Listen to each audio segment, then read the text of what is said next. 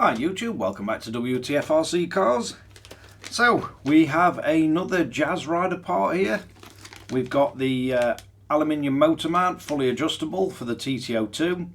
It does come with a motor mount. It comes with two little screws to mount the motor with two little washers, anodized washers, and it comes with a longer screw, which I'm guessing is which you use for the adjustment, but there's no instructions with this, so we're just going to have to take it apart and have a look.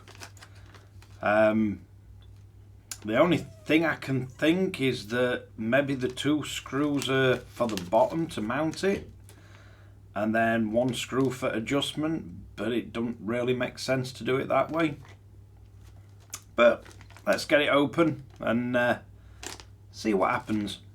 Right, so first thing we're going to need to do is remove the screws that hold the cover on. So we'll quickly whip these out. We've just got a bunch of screws scattered around top of this, and I think they're all about the same length.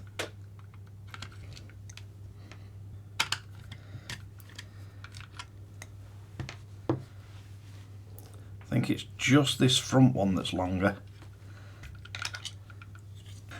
Once we've got this done, can start getting bits of carpet out of it that it seems to pick up. So we're going to want to flip over the RC, and then you've got these two screws in the bottom.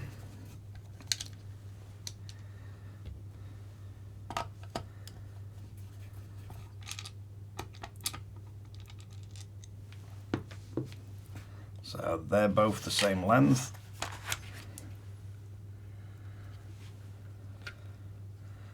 Then you can just lift your motor out. And I don't think this motor plate fits over pinion, so we're going to have to drop two screws out for the original motor plate, and then I think we'll have to drop the pinion off.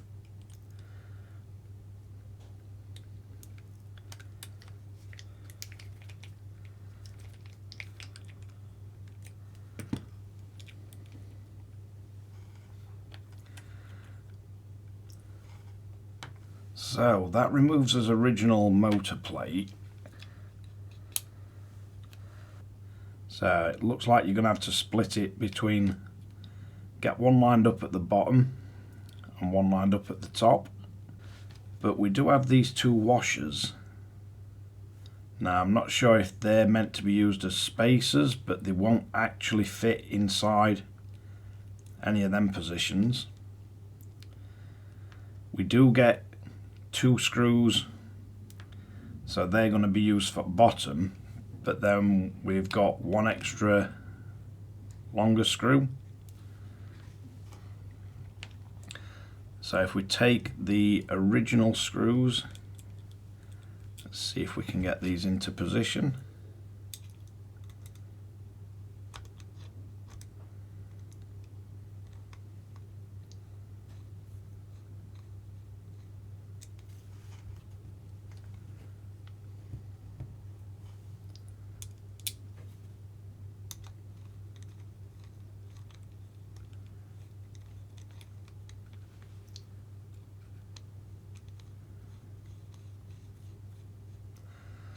So it does look like the original motor screws are going to fit fine, but you're not going to be able to get the washers in place.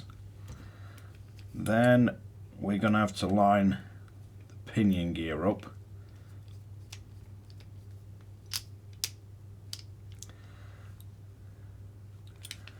And you just want to make sure your grub screw is lined up on the actual flat of the motor shaft. But I'm not going to tighten anything down just yet, so I'm going to have to pull that in slightly. Now the strange thing is with this motor plate design, you're going to have to get it pretty accurate because you can't get to the bottom screw. You'd have to drill an hole through your chassis to get to that to tighten it up. So I think that's about as tight as we're going to get the actual pinion.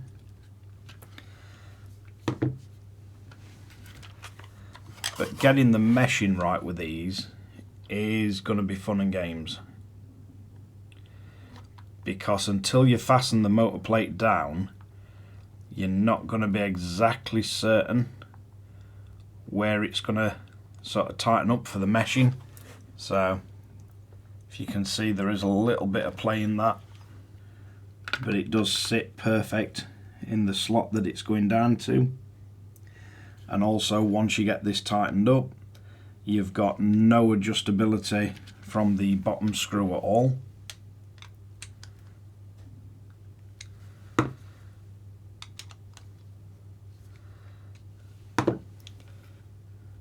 So if you get the bottom screw pretty tight, you can then move the top one. So I would pop the bottom one in, and again, not sure what these washers are for because they don't seem to fit, but I'm going to put a tiny bit of thread lock on the screws that are going into the bottom. So if we get one of them into position, then we drop his motor in.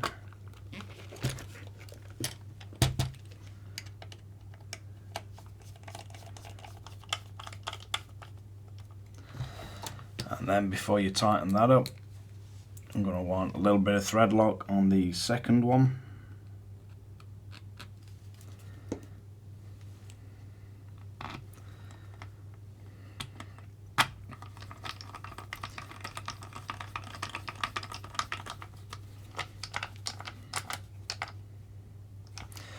And maybe the washers are for if you're fitting this to a carbon deck chassis.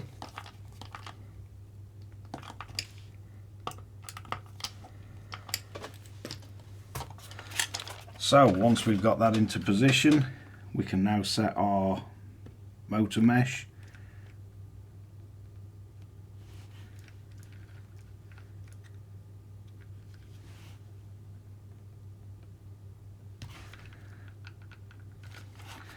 And I like it to be ever so slightly loose. You can stick a piece of paper through it, but I like it to be just a tiny amount of play. So we should then be able to get the screwdriver through to tighten this up.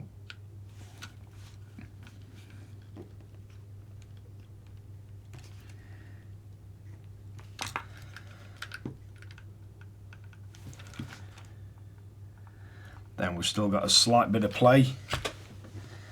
We've still got two little washers left and the longer screw. So now we've got the bottom screws in.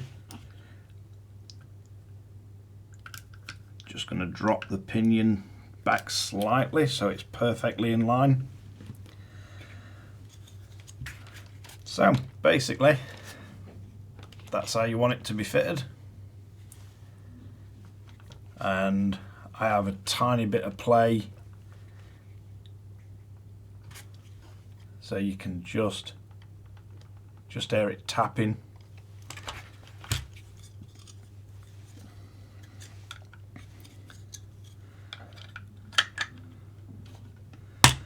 But the motor mount does fit back on, and it doesn't look like with the stock pinion we're running, even with the high-speed gears, it doesn't look like we'd have to do any cutting of this motor cover or gear cover. Then we just need to reassemble it. Just remember the long screw goes into this one. All the other three are the same length.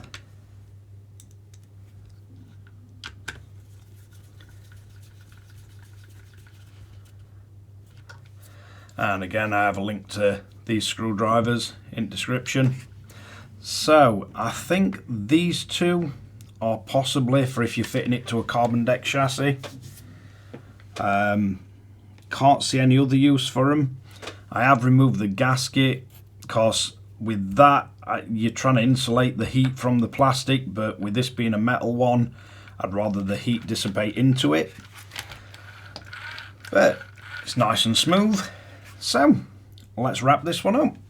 Right, so there you have it, all fitted in nice. Can't wait to run this again at the racetrack. We seem to have the suspension pretty much where we want it. We've got the wheels spaced out to where we want them with the X's. There is a little plain steering, but it's not really too bad. They don't go that fast, these things. But it is handling nice. Interesting to see if the 2 degree on the rear hubs make any difference to it. But overall, quite a fun little RC, and still, even with all these mods, you're not crazy money into it. So it's still cheap enough for you to be competitive and fun without spending crazy money. But thanks again for watching Wtf Rc Cars. If you like this kind of content, don't forget to like and subscribe, hit the notification bell, share to friends and family, and I'll catch you guys again in the next one.